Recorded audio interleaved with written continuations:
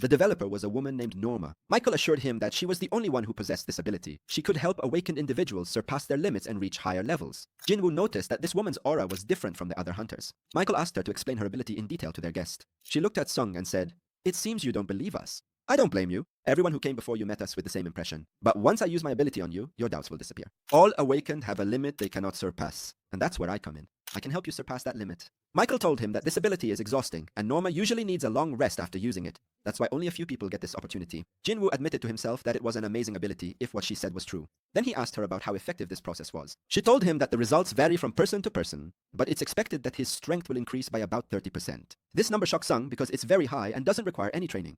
So this offer is truly tempting, and you can understand why the hunter Huang moved to America despite all the criticism. No one can refuse such an offer. Then Michael said that if this information leaked, it could cause chaos abroad. The deputy director replied that their job is to protect Norma and provide her with everything she needs, whether money or anything else she wants. In return, she helps the hunters chosen by the office. He told him, "Consider this a gift from us to you, because we acknowledge your strength and respect you." Jin-Woo replied, "I see it as a deal, not a gift." Michael responded, "Regarding the offer, we guarantee that you will always have priority. You will get the best contracts and be able to choose any guild you want. You will have complete freedom if you choose America." Norma spoke and told him, "There's no need to rush. Today, we didn't come here to talk about the deal.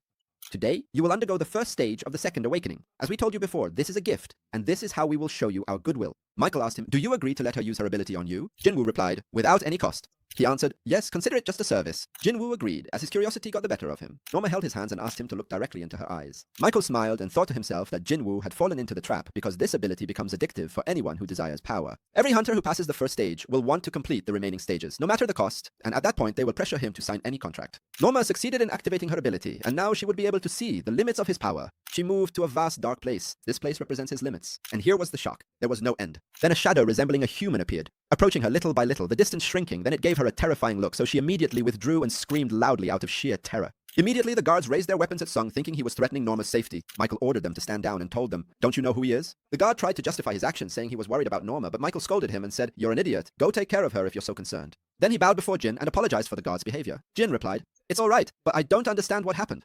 Why was this woman so frightened?"